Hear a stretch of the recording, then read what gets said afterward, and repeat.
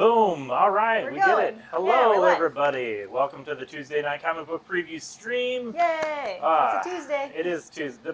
I always want to say the best day when you say that, but like Because it is. Wednesdays, well, it's good for us because we get to read stuff early. I said it last week. I This did- is this is our Wednesday. This is our Wednesday. This is our comic day. All Yeah. right. Well, there is a pretty large amount of stuff that's releasing tomorrow. I'm surprised I was able to read as much as I did. I tried to read a lot of stuff so we could talk about it. But as anybody who's watched this stream more than once knows, I always like to start with Facsimiles. That's right. Yeah. And you know what? Tomorrow releases Marvel Superheroes Secret Wars number 7. Oh, I wasn't what? even going to talk about this book because I'm kind of bored of it already, and I feel like it's not fair just talking about facsimiles. Because I like to talk about the older books, but they're just putting out this whole series as a monthly 12-issue series, so it just kind of gets uninteresting. But this issue, things get almost kind of interesting because it's the first appearance, quotation marks, first appearance of the second version of Spider-Woman. Oh, no way. And so I'm sure you, Celeste, I'm sure you were a big fan of the Madam Web movie that came out not too long ago. Still haven't seen it. Still haven't seen it? No. Oh, okay. Well, this is, what's her name, like Julie Carpenter or something like that. Okay. There is an echo. Oh, thank you. Is there... I wonder if it's just picking up both of our mics. Is that what the echo is? Am I just talking too Maybe. loud? Maybe. Does it get better if I hold it away? Is there less of an echo now? I don't know, maybe. Well, thank you for the heads up, Alex. Not sure what I can do about that. I hope it's not too distracting. But yeah, so Spider-Woman, it's really funny how she just shows up and literally the first page she just says, "I'm Spider-Woman." And she's just there. And they're like, "Who are you?" And she's like, "I just showed up here. I'm here now." And they accept it. And they just accept that because, Okay. it's a lot of weird stuff going on. It is the Marvel Secret Wars. Still an echo. Okay. Madam Web certainly is something. It is. Well, I'm not really sure what to do about our... Let me see if there's another microphone. What if we turn it down? Because every now and then, if you talk, it might like, go up in the red. Spikes too much. Yeah. Okay, it's not too bad, says Susie. Well, thank you, Susie. I appreciate it. I think hopefully it should be better now because I saw it was spiking into the red Yeah. earlier. So. I'll tell Celeste not to talk. And Oh, yay! Awesome. So yeah. Anyway, I don't have a whole lot else to say about Secret Wars. It has one of the characters that shows up in Madam Web, and I guess the only notable thing about it is that the costume looks really familiar. This costume design, this is like something that Jim Shooter was really, really into. Since, Celeste, I know you don't know anything about that, we're just going to save it to the, if there's a whole book about it, is it really a series? There's not just a whole book about it. There's 12 whole books about it. It's the Secret Wars. Wow. But yeah, I've already talked about that book more than I wanted to. I was ready to pass over it. The other facsimile, it's not quite a facsimile that's coming out tomorrow, but it is something that I really like, and I think you do too, Celeste. Yeah. It's Jim Henson's The Dark Crystal. Ooh. This is another one of those, they call it an archive edition. It's a reprint of the original 80s Marvel comic book series that it adapts the movie. But it's got some nice art. It's by Brett Blevins, who is a guy who, he did a lot of work. I'm not super familiar with him, but I know I've read his name in credits before. Like, he's done some work at Marvel. Yeah. But yeah, this is just That's another great. one of those comic adaptations where it just retells the story of the movie. Because again, I think we talked about this with the Labyrinth book, where back in the 80s, you didn't have streaming and on demand, and you barely even had VHS tapes.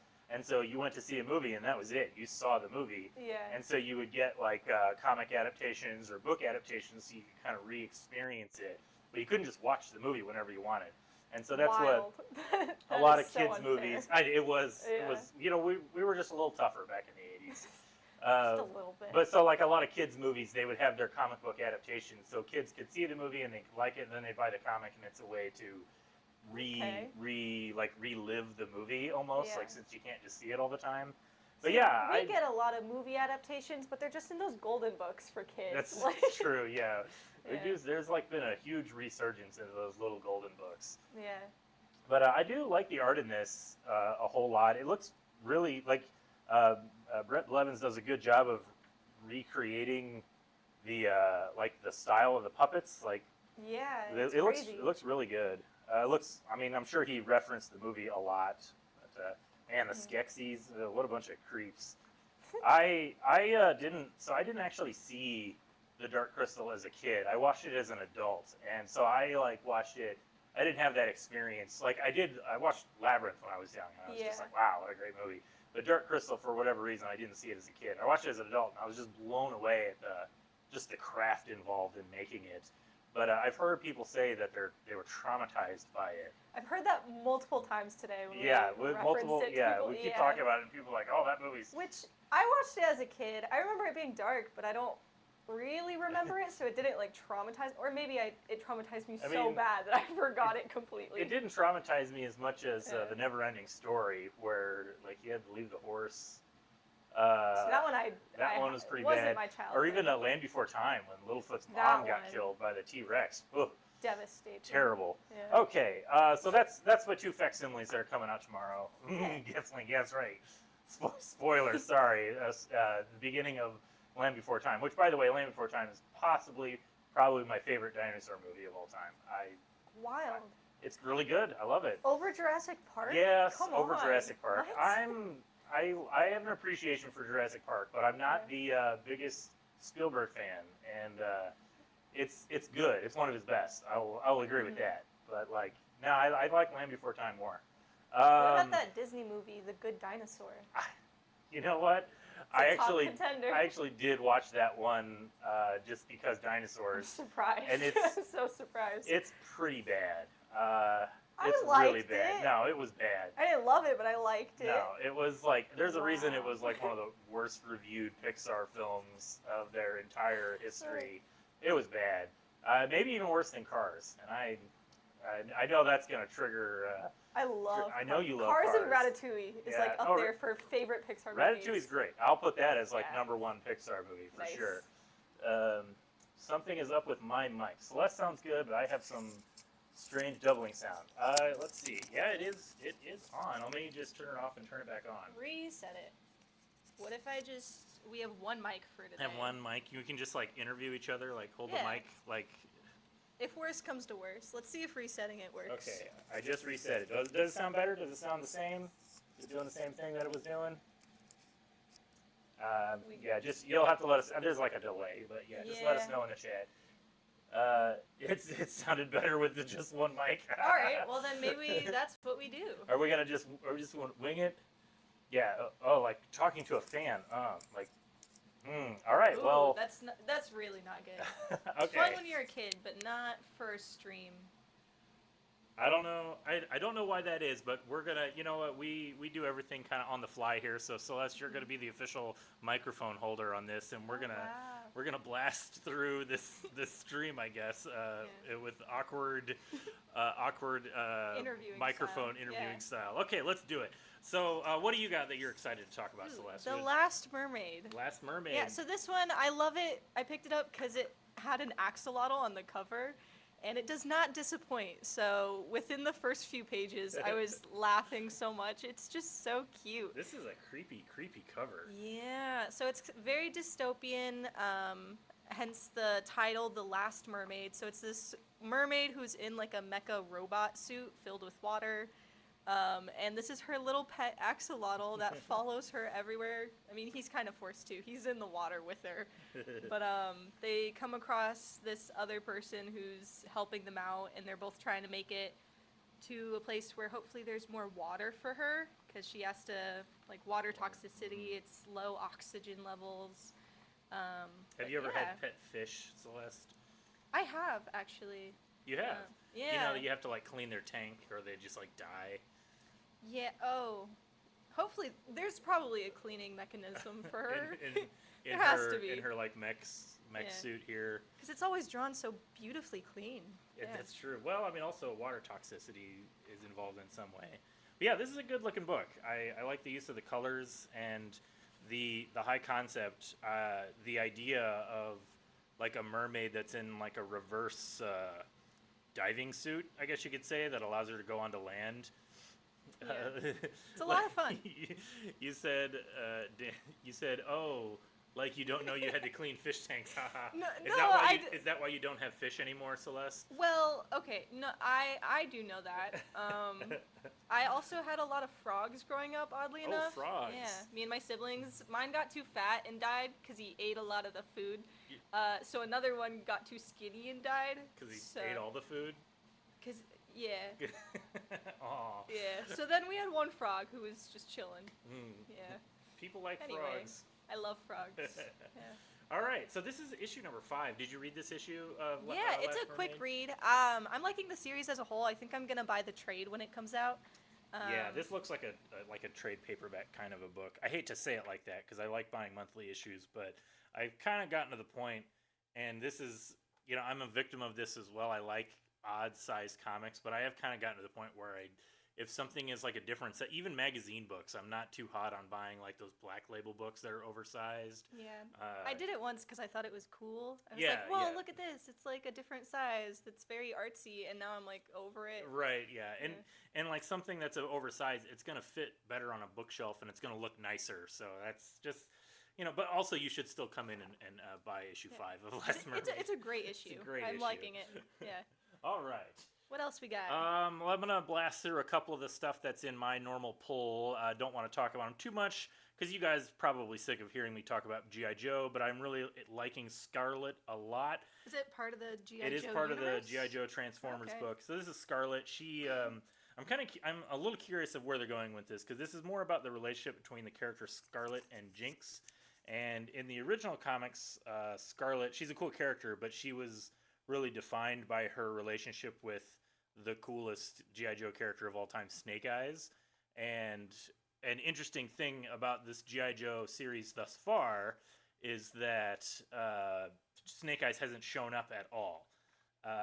But I think I didn't spoil it and when we talked about issue number 1, but Storm Shadow is in this issue. And so Storm Shadow was always kind of my favorite G.I. Joe because he's the all-white ninja, and he was Cobra. He was a bad guy, but only because he was brainwashed, and then later he becomes a good guy. Anyway, Okay. Storm Shadow's awesome. So Storm Shadow is in this issue. Hold on. Was that a footprint? Yeah, it was. So there's like this action sequence where she's like killing people, and she steps in blood, and then jumps and is on the window and like kicks off of the window and leaves a footprint, and then that's him on the other side of the window, like looking through the footprints. see. Yeah. Spoilers. Dan, Wow. you're just not going to avoid spoilers, okay? It's in the first couple pages. It gets you to read it. You can't go through life avoiding spoilers. Life is a spoil, Dan. You're just gonna have to accept that. Wise words from Aaron. There we go. Hey, I'm loaded with them. I'm an old man. That's what we do. But yeah, so Scarlet, really digging it. I think I like. Sorry to drop the hard truth on you, Dan. I like if I had to judge everything to Dan is a spoiler. Who doesn't read comics? That's right. Yeah, that is true. Everything's a spoiler if you don't read them. Come on, But Dan. you read a comic or you read a comic? He read it once. He read You one. just like looking at the covers. You know what? Sometimes covers are really cool. Moving on, let's blast through a couple more of the stuff that's in my poll. Let's stop making fun of Dan. We like Dan. Boy Wonder. I've talked about this book every time that it's come out, and it continues to be great. This is by the great Junie Ba. I really like books that are written and drawn by one person. They usually just have like a little bit more like personality to them. Just when it's all coming from like one person. There's not as much disconnect between like an art team. It's just like one artistic voice that's just really focused on the page, and that's what you see here. This is continuing with the Damian Wayne story where he teams up with a different Robin. This time it's the third Robin, who is Tim. He's the Robin I know the least about. He becomes this character Red Robin, and Yum. yeah, Sorry. exactly. Had to be done. It had to be done. But yeah, it's a good comic. I really like it a lot. I just like the art is really nice. It's really stylized, and just all these like cool pages. Like this is him, Ooh, Damien. Yeah. Damien's like crawling through a vent, and it's just like a maze, just kind of showing all the different dead ends that he goes down. See, I don't read any Batman, but I picked up the first issue just because it looked really pretty. Oh, you I was did? like, Yeah, yeah. it's I haven't really gotten good. around to reading it yet. I have a huge stack of stuff to read. This but is, I mean, Boy Wonder has kind of become one of my favorite, like Batman related books that's out right now. There's so many Batman books. Like DC is just always putting out Batman books, a lot. which can be really overwhelming because it's really easy to just like shut it out and just be like, I don't need any more Batman. But it's also kind of nice because usually there's always something that's like really good or something for everybody, that fits different reading styles. But anyway, yeah, Boy Wonder, really good. Also in my pull list, Conan the Barbarian, also really good. I think it's been a little while since the last issue, but Ooh. look at that. Really like that spread. That's so this character right here, he is an old Conan villain. Is it Thulsa Doom? Yeah. So now you're looking at this and you might think like that looks kind of like Skeletor from He-Man, and the reason for that is because He-Man started out as a toy line for Conan the Barbarian, and Skeletor was gonna be the toy for Thulsa Doom, I believe, or maybe not Thulsa Doom, but it was a different wizard who had a skull face, and so it's kind of funny to see it come Okay. full circle. Now you have like a Skeletor like character that's in Conan the Barbarian, but he was always there from the beginning. It looks awesome. Yeah, it looks really good. Yeah. The artist on this, Robert De La Torre, he's just so good. I really love this art. It's like classic Conan comics. Yeah, that is a fun history lore. I think He-Man is really cool, but it is funny that like they were putting together. Marvel was publishing Conan comics, so they had a connection with toy companies, because they were talking about doing like Secret Wars and stuff, and they were also talking to movie studios that wanted to make the movies. And once they got Arnold Schwarzenegger on board, and they made the movie and they made it R-rated, and the toy companies were like looking forward to doing toys for He-Man, and then when they realized it was R-rated, they were like, "Whoa, never mind. We can't do that. Like Yeah. we can't make toys for an R-rated movie." Which is ironic because then like 5 years later, that's when you started seeing toys from Rambo and RoboCop and Aliens and all these R-rated movies were getting cartoons and toys. Adults love action figures. It's They're well, cool. it's true. Yeah. Now, yes, but back in the 80s they were only for kids. But now Wow. now I think I read the statistic that like is it 60 or like 80 something percent of all toy sales go to like men over 40, something like that. That doesn't surprise me actually No, at all. it really Yeah. doesn't. Yeah. But yeah, so I just really like this Conan the Barbarian series. Oh, Ouch. look at us Yeah. now, adults buying the most toys. That's right.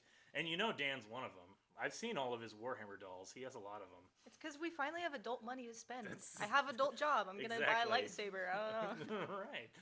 Another book in my pool, Shazam. I talk about this one. This issue is drawn by Mike Norton. He's a good artist. I like his work. I have been enjoying this Shazam comic, but not as much as I liked when Mark Waid was writing it.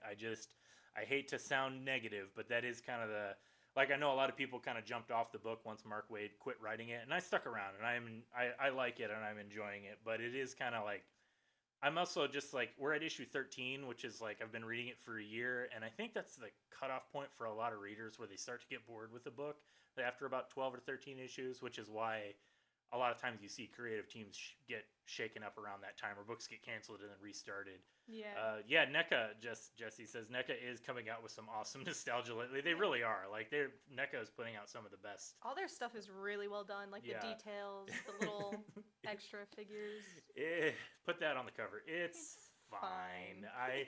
I'm waiting for I'm waiting for it to wrap up the story before I have like a final word on it. I will say though, one thing I did like about this issue, because I don't want to sound too negative, is that it has one of my favorite characters from Shazam, Uncle Marvel, who Oh, what?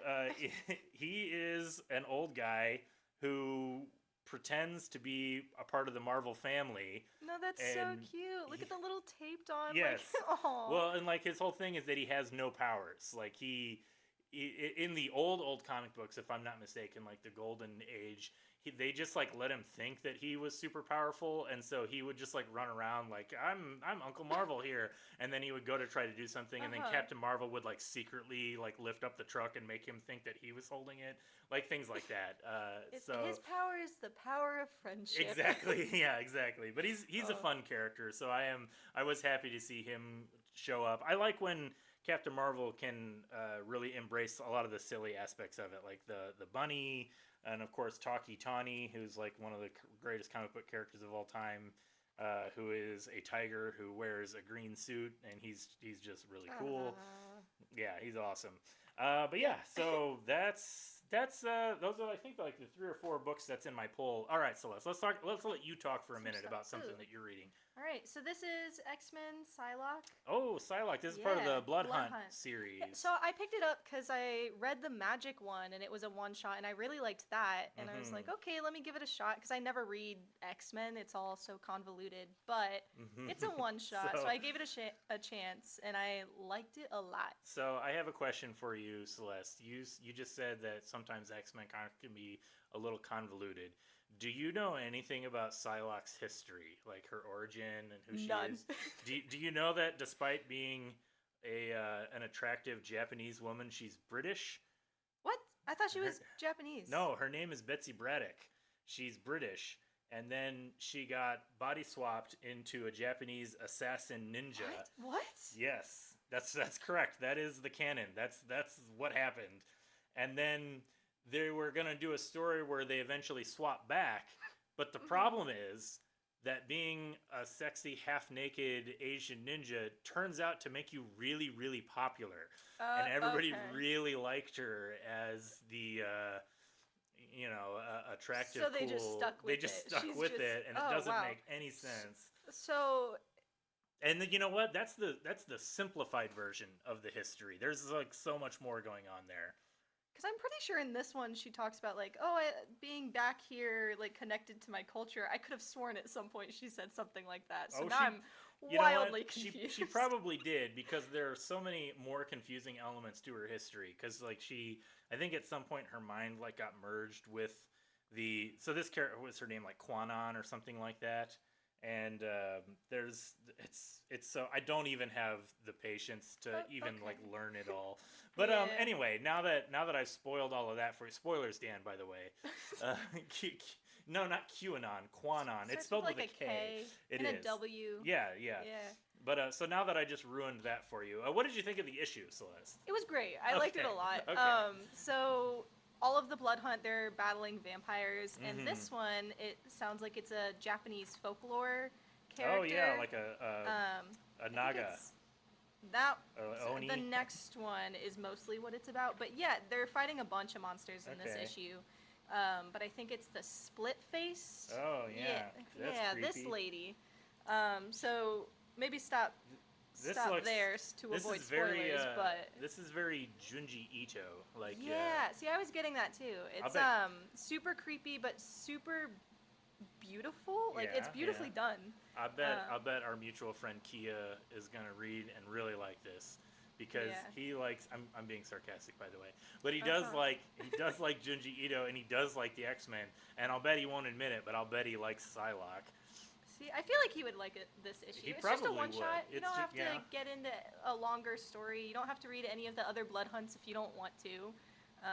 But I liked this issue. We're not gonna turn any more pages. We don't want to spoil anything. Yeah. That's probably a good idea. We don't want to spoil anything. Yeah. But yeah, I really liked this issue a lot. It was just a lot of fun. She's just going around killing monsters, Is this, vampire monsters. Is this a variant cover by Peach Momoko? That's also partly why I picked it up. Because I saw the variant cover and it drew me in, and I go, oh, okay, we'll give Yeah. it a shot. But yeah, so Oh, cover very A cool. and then the variant. All right. So let's talk about a few new books that are coming out this week. Ooh, okay. Before we get to that one, I want Yeah. to talk about this Free Agents. I almost like completely passed over this comic, but then I noticed that in the credits, there's the two writers, Kurt Busiek and Fabian Nicieza.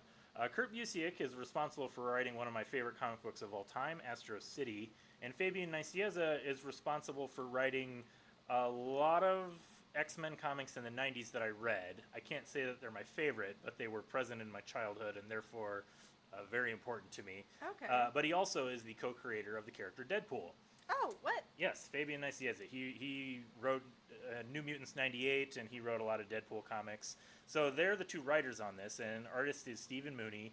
And this is a 40-page book, so it's a very large, Oh, wow. Yeah. like first issue.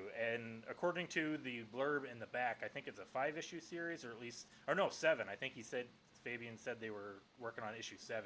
So I don't know if they're all going to be 40 pages. Probably not. But this, it's an interesting comic, but I actually found it really difficult to like follow, despite being really dense. It's kind of underwritten in a way.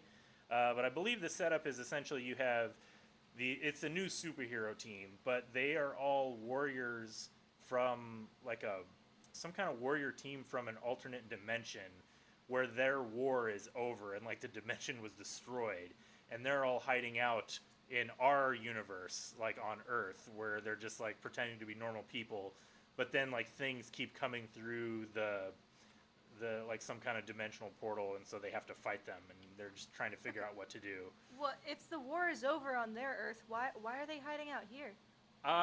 There is a plot, like there's a flashback to how they ended up on Earth, and I Okay. think it's like they traveled through the dimensions, like, and ended up on Earth, and they don't have a So way it to was an travel. accident. It was like, I don't know if it was an accident or they were specifically just moving to the next one, and Okay. our Earth was just the next one. I Sure. said, it's not the clearest story, so I'm kind of curious to see maybe if future issues will kind of flesh it out. As they Yeah. try to, it's a really like the book is stuffed with like they try to cram in a lot of character moments. There's a lot of characters in it because it's like the whole team, so it's like 7 characters, and they're trying to kind of establish like everyone, like what their role is on the team, but it's all a little. Well, it's the first issue. So I've seen it before where the Mhm. first issue is to grab your attention and then Yeah. they try to flush it out And it later definitely and fill has in the that- plot holes. It definitely has that feeling where it kind of starts in like the middle of the story almost, like to get like start right in the action, Yeah. and then they're gonna like now that the action's over, we're gonna back up and kind of try to explain things. Okay.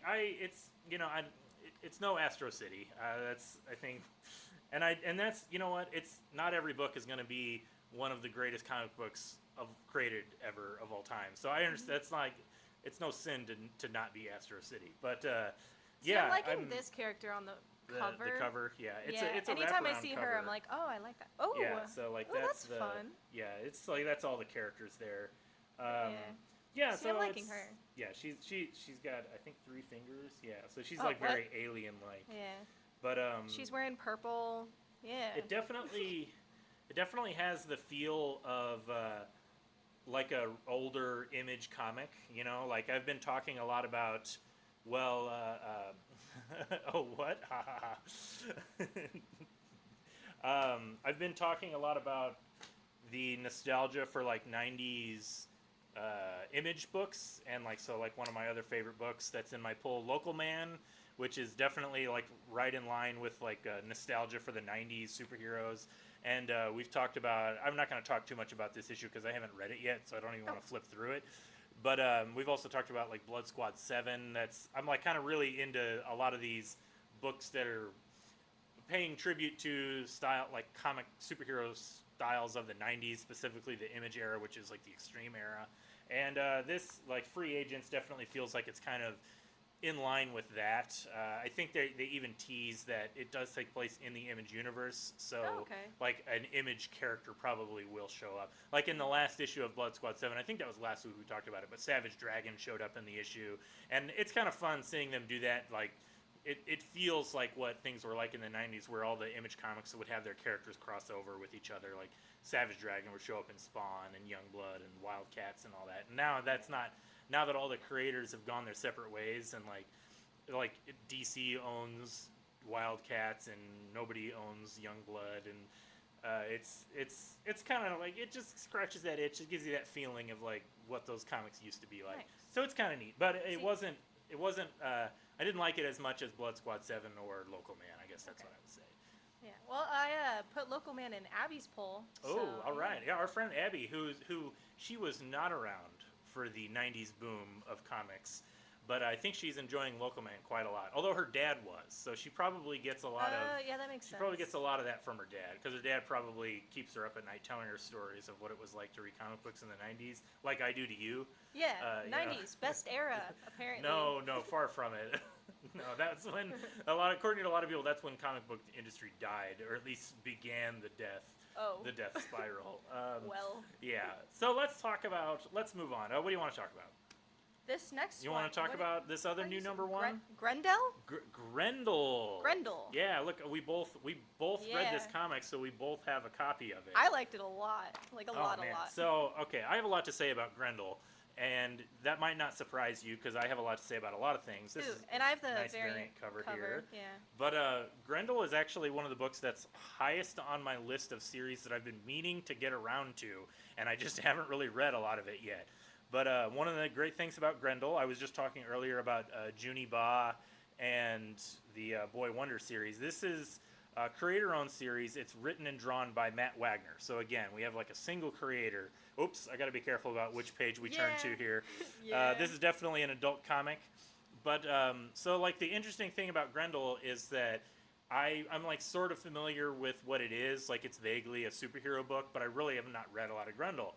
And so I thought, well, I had no idea what it was. and Celeste, you just saw the book randomly on the stands. You have no idea I of the saw history of it. issue 1, and I like to grab a lot of issue 1s. So- no idea that there was all this other dating back to So, the 80s. Yeah, it goes back quite a ways. Okay. So what you're saying is that renumbering it with a new number one worked in getting you to Yes. read it. Because It does. if it was like number 132, you would have just ignored it probably. Yeah. So you know what? I guess there's some truth to that. But yeah, this was the first. I read a couple of like the first Grendel comics, which were definitely like really indie books. So this is the first real Grendel comic that I've read and paid attention to, and it was probably not like as a jumping on point. I guess let me ask you, Celeste, since you were like completely fresh to Clueless, Grendel, yeah. you're completely clueless on what Grendel is. I mean, first of all, did you like the book? Yeah, loved it. I'm interested to see where it goes because I picked it up because of all this vibe. Mhm. Like he looks like a vigilante, but also sort of Yeah. apocalypse and spacey Yeah, themed. yeah. Like There's what like did I some say? sci-fi Yeah, like, post-apocalypse It going looks on. like Venom meets Star Wars. Yeah, a little little bit of bit that. is what I was thinking. But yeah, I really liked it. I liked learning about sort of his character because he's got a lot of history as far as Mm-hmm. what is it like his people. Yeah, I don't, yeah. I don't know what they would be called. Grendels. Yeah, like the Creed. There's like a or- legacy of like different characters that take on the mantle of Grendel, I believe. So like what's interesting about us reading this is that I really liked this comic a lot, but if you don't know anything about Grendel, it doesn't really tell you anything about like the character of who he is. And I think it's just sort of accepted, like this is for Grendel fans, and like you know, I think there's just a certain understanding that like you should probably know who Grendel is before you read this book. Well, I because mean, it it takes mentions at some point he left Earth to travel Yeah. space, and then he comes back, and he Oh, yeah. sort of feels very alone. Like he doesn't think there's any other Grendels because they're being hunted yes, on Earth, and so but that's like the setup. That's what I'm saying. Is it's sort of like you're coming into Act 3 of like a ongoing Yeah, a bit. story. Like there's a lot that happened beforehand. Because Yeah. like the normal comic isn't necessarily post-apocalypse like this. Like this is like he comes back after hundreds of years, and Yeah. like the world is different. Again, I have to be careful about which page I turn to because there's some. I think we're good after We're this. good. Yeah, It we was skipped just the first couple. Yeah, but I really like the character designs here too. Just talking about Matt Wagner's art, that's really what sells it for me is the art. Yeah. Like these characters, every character is just like unique. They have a strong voice. Looks really cool. Like I really like the look of this setting. You have the anti-Grendel task force, which are the hunt Grendels. And which- the droids. It's Which a lot again, of fun like to I don't read. want to sound like all the Grendel fans out there, and I know you're watching this stream right now. Like you're probably laughing at how stupid we sound, but like there's a whole thing where he like he's Grendel, and so he can't let anybody know that he's Grendel, so he like takes grease and covers up his mask. Freaking- It's like way. It's before, earlier. The actually. point is Yeah. like he covers up his mask so that you can't tell that it's the Grendel eyes, but then like they spray something on him which washes it off, and then you can see that he's Grendel. And like a normal person reading this, somebody who doesn't know anything about Grendel, which is literally what you said to me, is like, why doesn't he just take his mask off? Is there a reason he doesn't take the mask? Like, why would you go through the trouble of like covering up the I eyes was of wondering your if mask? it's his actual face for a second. Right. Like, Which, I don't but know. that's the thing is, I have no idea, and the comic doesn't really say. So again, all you Grendel fans are probably thinking we sound like idiots because Yeah. we probably are. But despite that, like, despite going into this pretty cold, I really liked this comic. It I was liked really a good. lot of the details in the background too, like the way they named their shops and everything. Oh yeah. Just that a was lot of pretty little good. things when it shows the town in the first couple pages. It's, Which those are the pages I'm not going to show because there's Yeah, some they're inappropriate kinda, stuff yeah. there. but they made me giggle. Like Yeah. a lot of the details in the background. It's funny, but like the art is really good. Like it's a cool action. I like a good post-apocalyptic story. So you got the Yeah. cool setting of like society has fallen, and then See, I love that too when like government collapsed or Yeah. whatever. So- And also like space themed. Space is cool. yeah, And that's you got this is the robots. best of both worlds here. Yeah. So really good book. I really liked it. I'm gonna like move Grendel up to the top of my list of books I need to check out. I've been meaning to do it forever, and I do think I don't have any more excuses because if I want to keep reading this, I need to get caught up real quick. Yeah.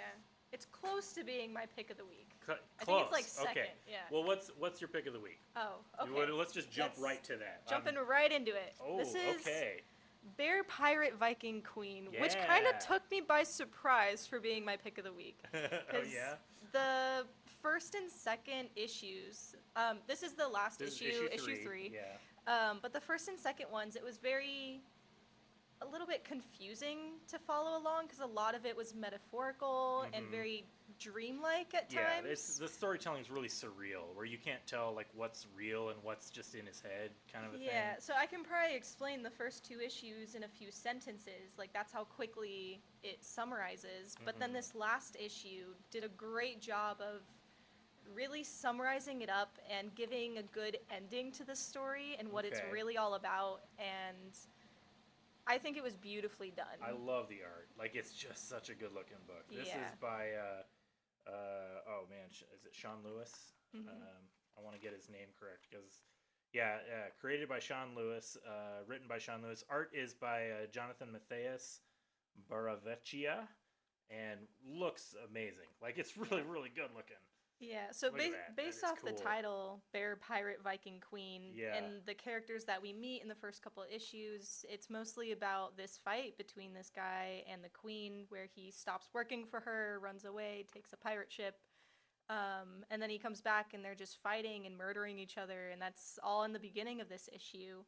And then this bear character, who's very, I don't know, like mythical almost, like a spirit, a very wise spirit, I would say. He goes back to this ship where we meet, I want to say, these natives, and that's sort of when the change in the story happens because the whole thing was about oppression. And they have this really long paragraph or synopsis at the end. Oh yeah, this page I think Oh, is that's really nice looking. beautiful. Throughout the whole series, This is it's a all hefty book too. This is like a lot of pages. I'm loving it. But throughout the whole issue, it's all very dark and drawn very beautifully, but in this sort of darker themed. And then that one spread where it's Yeah. super bright and colorful. That's really um, nice. Yeah, to really play off the Mhm. story of how it was versus how it is now. Loved it in every way, shape, and form. Yeah, I Yeah. haven't read it yet. I don't think I even read issue 2. I might have. We talked about issue 2 on the stream, and the same week that issue 2 came out, second printing of issue 1 came out, and I accidentally grabbed the second printing of issue 1 when we talked about issue yeah. 2, and so I was flipping through it. And I'm like, this all looks kind of familiar, but it's so like the art is Yeah. so like weird and surreal that I just was like, Vague. vague. Almost, So I yeah. was just like, and I hadn't had a chance to read it yet, so I was just like, oh, there's like a lot of repeating imagery here. And then afterwards, I was like, oh, I just flipped. I started to read it, and I was like, this is just the first issue. Oh no! So, but this is definitely issue 3. Definitely looks different. Definitely looks great. Like looking forward to reading Yeah. Loved it. I'm glad this was one that I was buying. it. 'Cause Good. Normally I wait for the trades to come out. Like I'm Yeah. starting to switch over to that, but this one was so well done that I was buying all the issues. Yeah. All right. Well, let me tell you what is not my pick of the week, and that is DC's Absolute Power event. Wow. I read this just kind of out of I guess you could maybe say obligation. But you know, I'm being a little unfair. Like, it is written by Mark Waid and is drawn by Dan Mora, and those are the two guys that have been doing the Batman Superman World's Finest book that I've been talking about every month that it comes out, and I really like it. But this is another dark DC event where the main like villain antagonist is Amanda Waller, which you would all know from the Suicide Squad. Yeah. The Suicide she Squad sucks. movie. I hate that woman. Yeah, so she's like going full villain mode in this, where basically I don't want to like over explain everything, but it's like this is an unintentionally funny scene where she creates a bunch of like she uses. I don't know how much I want to say, but like there's a bunch of fake news gets spread online and makes people hate superheroes because they just Oh. see like AI generated images of superheroes attacking people. It's all the grandmas who can't tell the difference with AI images. Right, it's a little heavy-handed with like the messaging on that, like Yeah. like oh my gosh, everybody's whipped up into a frenzy because of fake news and the AI images that they see online. Wow. And there's this unintentionally funny scene where Animal Man and Animal Girl, who've been out camping for a week, so they don't know what's going on. They just show up, and a bunch of normal people are like, "It's a superhero, get him!" And they just start like throwing rocks at him and hitting him with baseball bats. And they're like, "Oh, Animal Man had to be rushed to the ER. That crowd of people almost killed him." And I'm Oh just my just gosh. like, what kind of superhero like gets almost killed by normal people? Like, that's By a not bunch of like a bunch of normies. normies, right? Exactly. Like, I get it that they're like a mob of people, and he was confused. He didn't know what was going on. He just thought they were like, "Oh, normal people. Hello, it's good to meet you." Yeah. And then they hit him in the face with a brick. Wow. But it's So funny scene, but issue as a whole, it looks beautifully done. It's- Why do you not like it? the art is great. Yeah, they had rocks and bats. Exactly. Yeah, Yeah. A baseball bat is no joke, especially when you're Animal Man. And I can't help but wonder if that's like part of the joke, because he's not like a particularly powerful superhero. You know what I mean? Like, I don't know. I thought All it was it pretty takes funny. is one rock to the head. True, yeah. But I don't need another like dark deconstruction of superheroes and like how this I don't know. I don't even know if I can go into it right now. What are all these comments saying? Don't underestimate the power of a good medieval stoning. That's true. Yes, bat's my only weakness. That's true.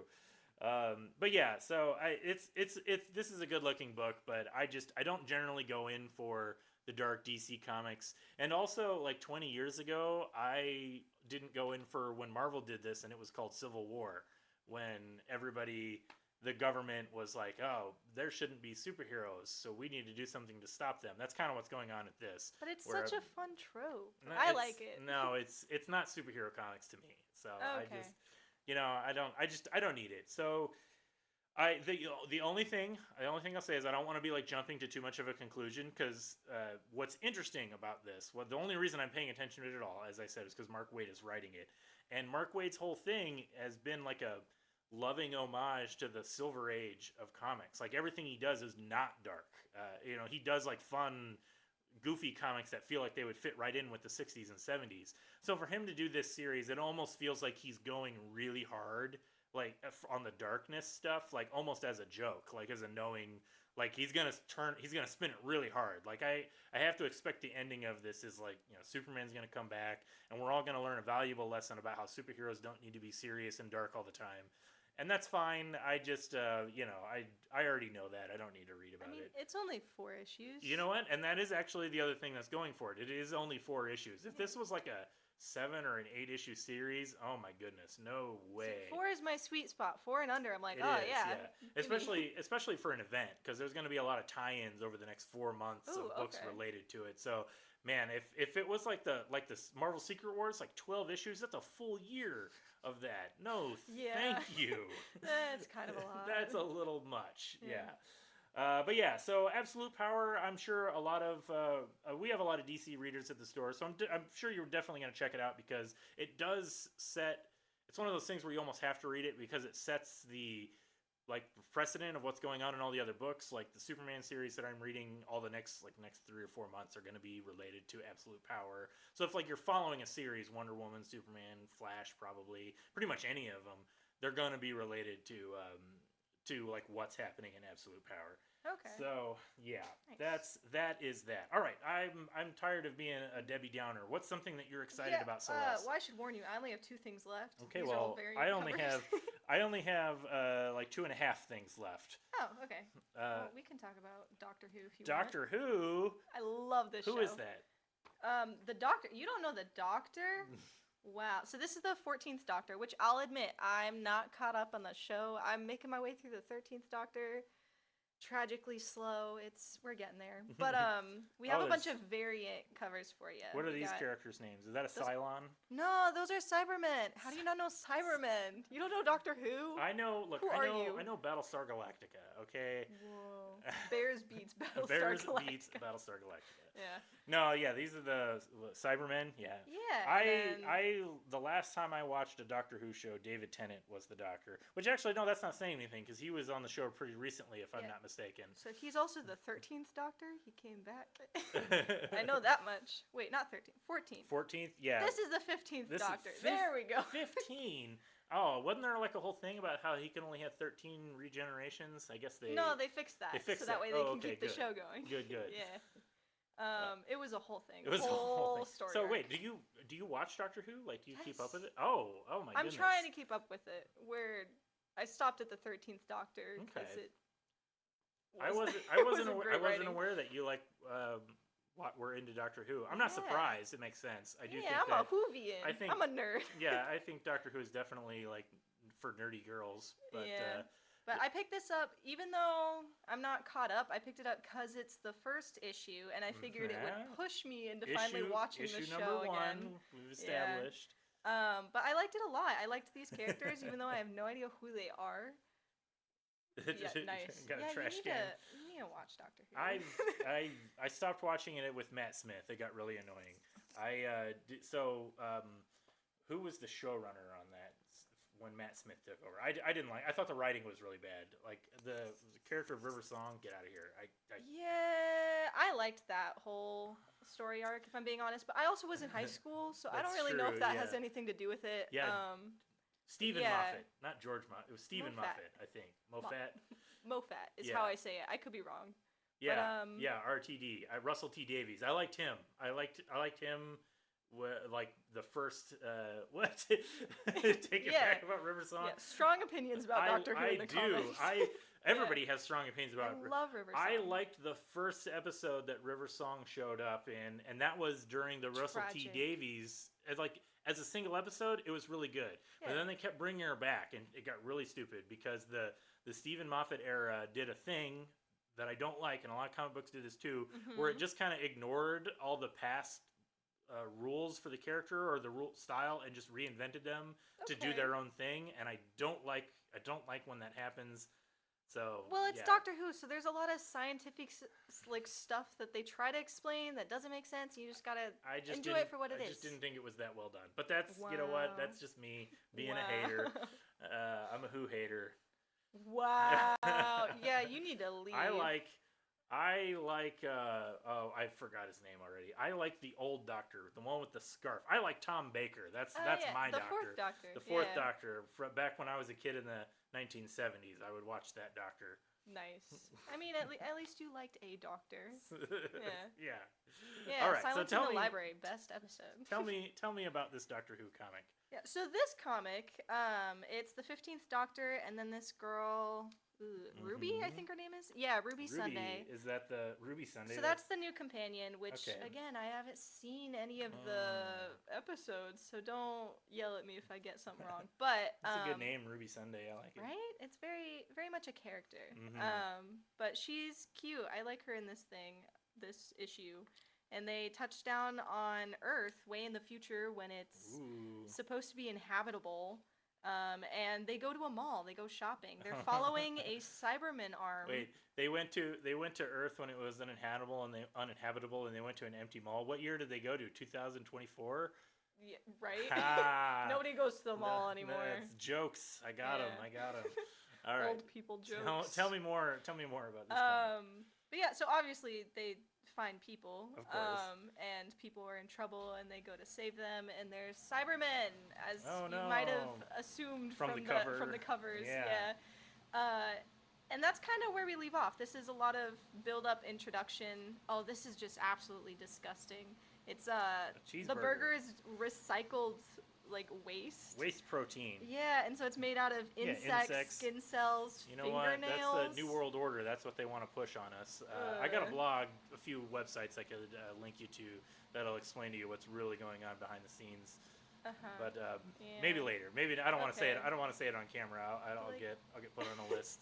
No, but her eating fingernails and stuff. That's why I brought up the finger beans earlier today. Oh. Yeah. Figure. The lady that. We This are girl- not. wait. We're not going to tell the story about wait. a lady that was did eating anybody a can else? of beans. No, did anybody else see that video of this girl who was eating a can of beans and she found a finger at the bottom of it? No, It was we're not. disgusting. We're not talking about that. Okay, fine. Okay, back to Doctor Who. But I liked this issue. Of course, Jessie saw it. Of course Yes, she did. yes, thank you. It was. I'm assuming it was on TikTok. Yes. Yes. TikTok yes. at night is wild. Finger beans. Yeah, oh my glad God. to know we have the same For You All right, page. stop it, freaking TikTokers. Wow, you gotta get with the program. I know. man. I know. Um, Look, I'm still talking about. I'm still on MySpace. Okay, that's where I hang out. MySpace is dead. Wait, Oh. it's still a thing. I don't know. I haven't logged in decades.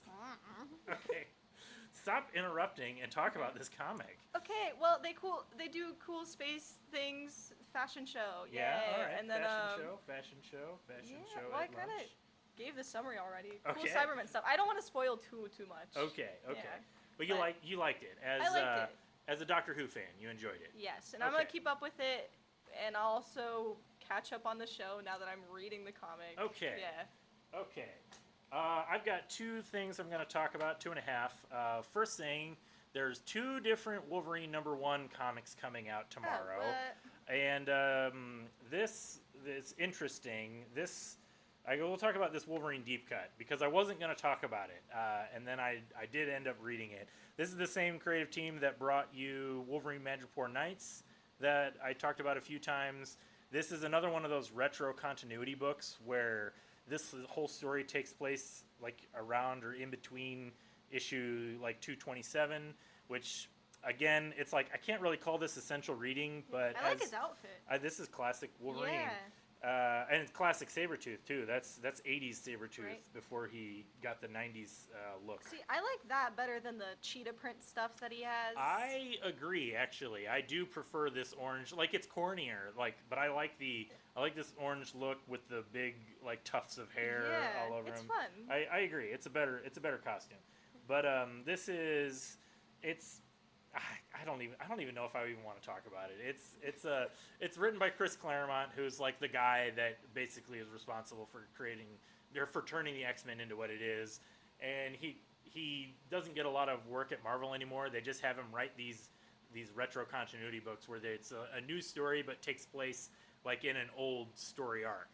So it's Okay. not taking place in modern continuity. So I think like the previous series that I talked about, Madripoor Nights, it takes place in issue 288, which was a time when Wolverine was hanging out on Madripoor, and it tells the story of him during World War II, how he fought with Captain America. And this is another one where the story, like the old version of Sabretooth would hunt down Wolverine once a year and try to kill him, and you never knew why. And so that's kind of like, this is just he an just elaboration appears at the on worst that. of times, and it's so inconvenient. Well, he You're would like, hunt him. He's It back. would always show up on his birthday, apparently. Like What? on Wolverine's birthday, he would show up and try to kill him. And it's one of Wow. the best issues of X-Men ever, where they first established that, because Wolverine and Sabretooth have just the coolest fight. He just wants to give him his birthday punches. Yeah, exactly, his birthday punches. So there's like a thing among a lot of older comic book readers where I sort of view this book as kind of like me contributing to the old comic book creator retirement fund, where it's like I buy it and I support it because I want Chris Claremont to keep getting work, because he's an old man now, and when you're a freelance comic book creator, especially working for Marvel, You don't get any like benefits. There's no retirement plan. You just whatever your page rate is paid. Wow. And also, since he worked on X-Men for like 17 years, they're not even characters that he created, so he doesn't even get like he's responsible for essentially turning Wolverine into the popular character that he is, but like he's not a creator of the character, so he doesn't get anything.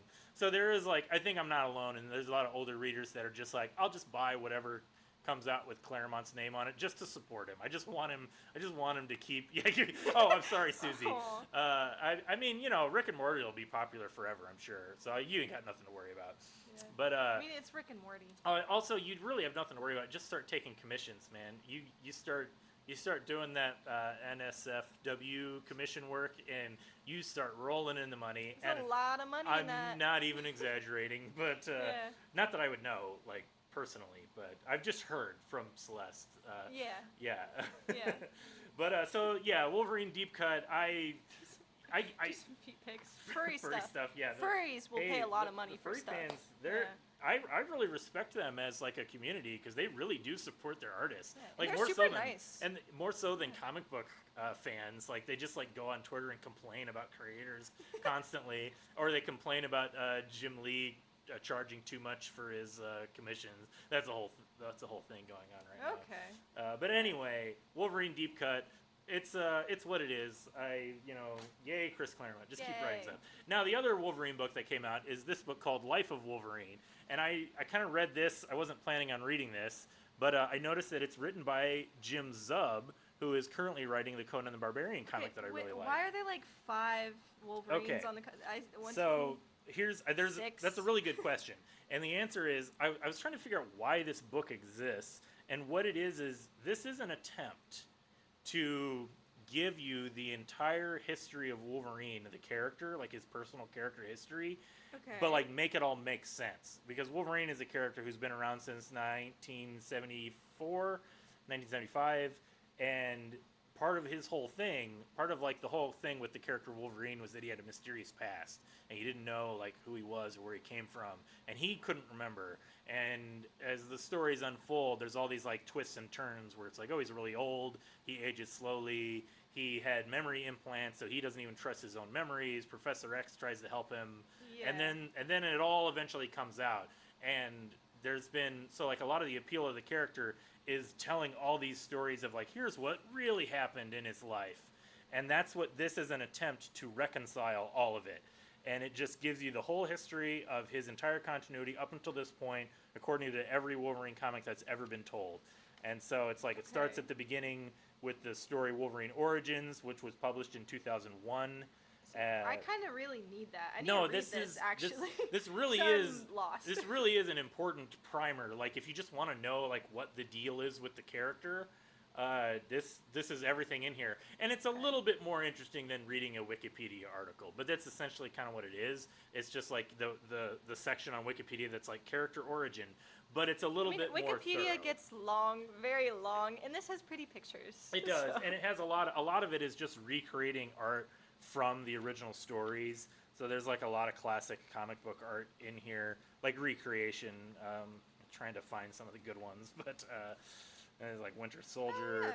There's that's that story I was telling you about, Uncanny X-Men 288, where Wolverine joins with Cap and during World War II. Okay. Yeah, that's like a recreation of a panel from that. You have recreation of one of my all-time favorite comic books, Weapon X. That's classic image right there. Oh wow. Yeah, Ooh, that too. that's also from Weapon X. There's one of the most iconic pictures of Wolverine you'll ever see is that right there, covered up by. I've never there we seen go. it. There's a Funko Pop on our shelf right now of him like in that pose. No, now, never seen it. Granted, you're not going to recognize it from looking at a Funko Pop, but still. Anyway, Okay. what's interesting is reading this comic. It kind of just like I have a very specific picture of Wolverine in my head because I don't like Is it this? Actually, Like that's the classic suit. that's the cover of Hulk 181, the first appearance of Wolverine. And wow. that's How do actually you know all this? Just this off is the top of your head. this is a recreation of the final panel of Hulk 180, which is actually the first time you ever saw Wolverine in a comic book page. But Oh. then everybody calls 181 the first appearance because that's the first story about Wolverine. but technically he Okay. shows up at the end of 180 because it's like it's like a Hulk comic book, and Hulk goes on an adventure, and then it ends where he's like, oh, thank God that adventure's over, and then Wolverine pops out and is like, no, it's not, I'm here to kill you. Oh, And then it's to be Cliffhanger. continued. Yeah. Exactly. But love it when they do that. what this book did for me is just convince me of how much I dislike that Wolverine's history is out there now and everybody knows it. I thought the character was much more interesting when he was mysterious and you didn't know everything, because it's like it is kind of fascinating to read through this book and see how they try to tie together all these different stories from all these different writers and make it make sense. And it's just interesting because it paints a picture of the character that I don't really like. It's not who I think of as Wolverine anymore. Like, I think of Wolverine as the way he appeared in X-Men comics in the 80s and 90s, and now it's almost like he's a different character. Like, that vision, Yeah. that vision of him in my head is like Okay.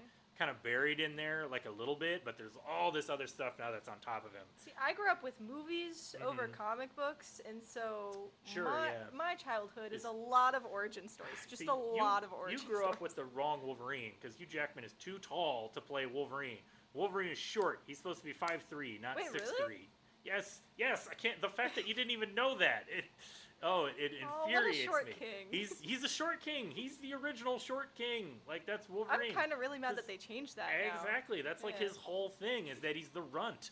Like, Runt. and that's what Sabretooth calls him. He calls him the runt. Wow. The weird Frank Miller cover of Wolverine is probably the most iconic. No, I mean, it did get shared around on social media a lot.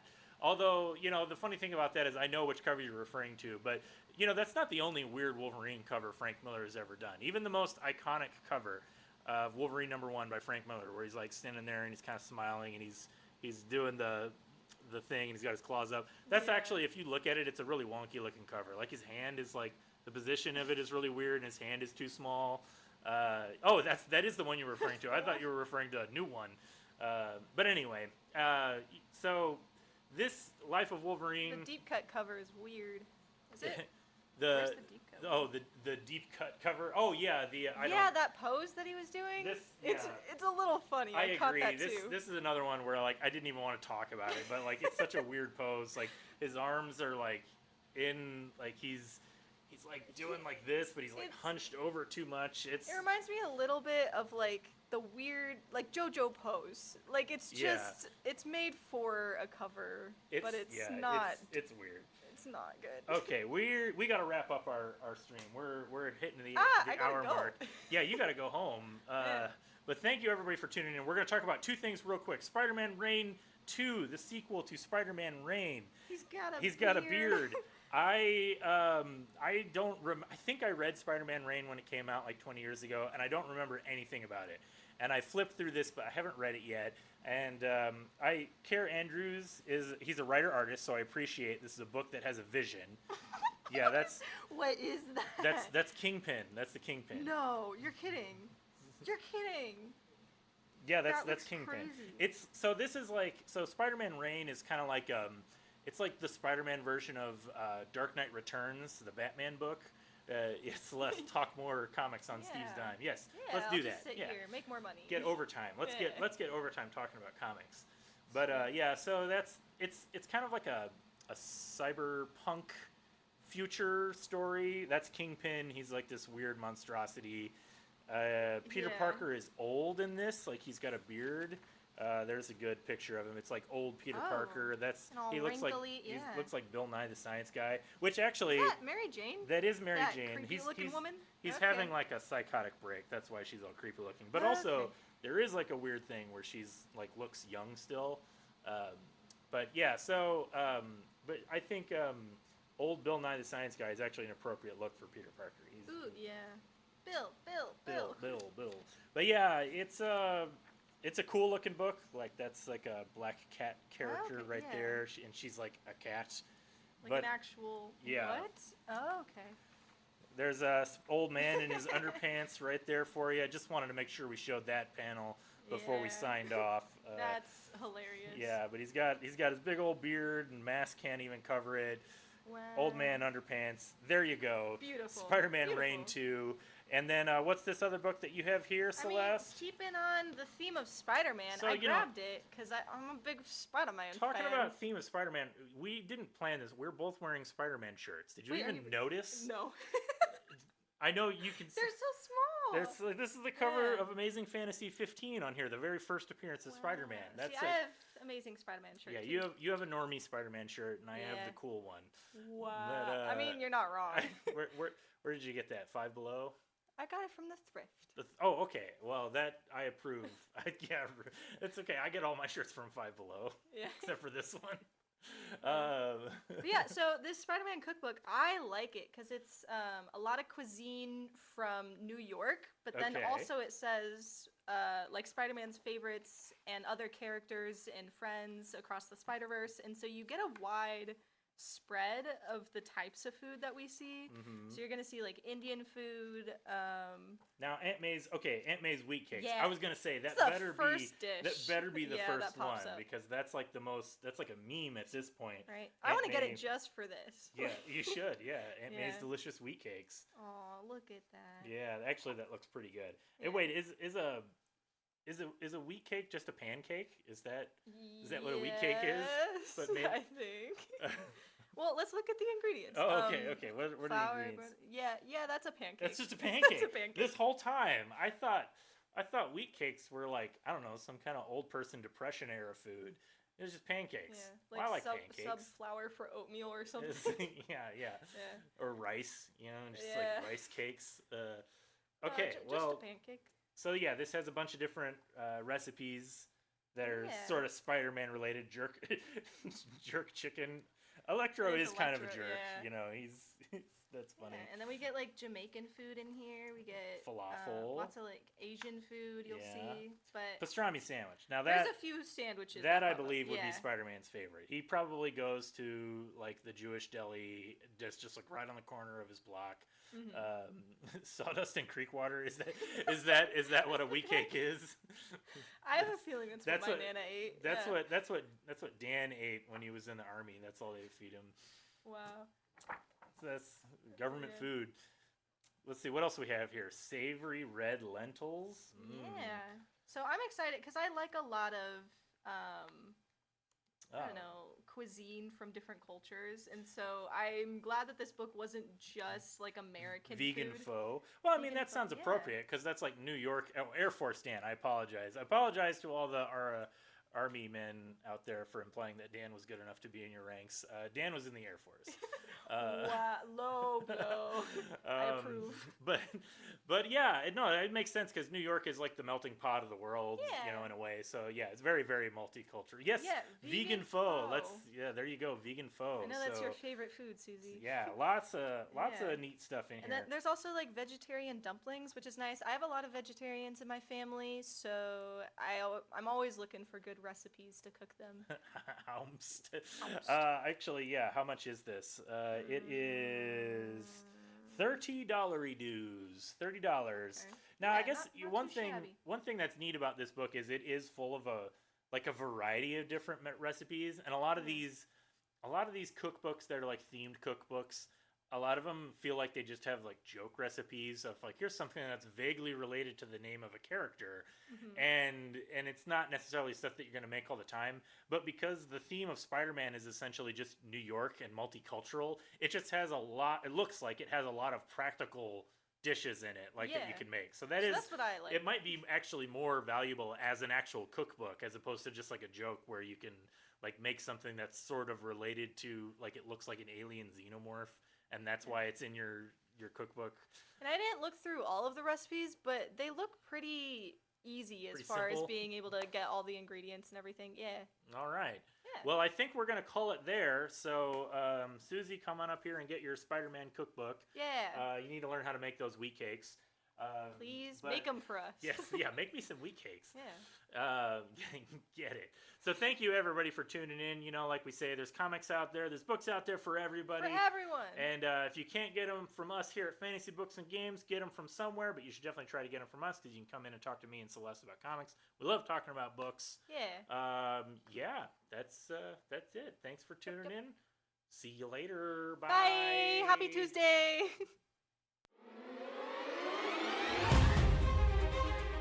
Bye.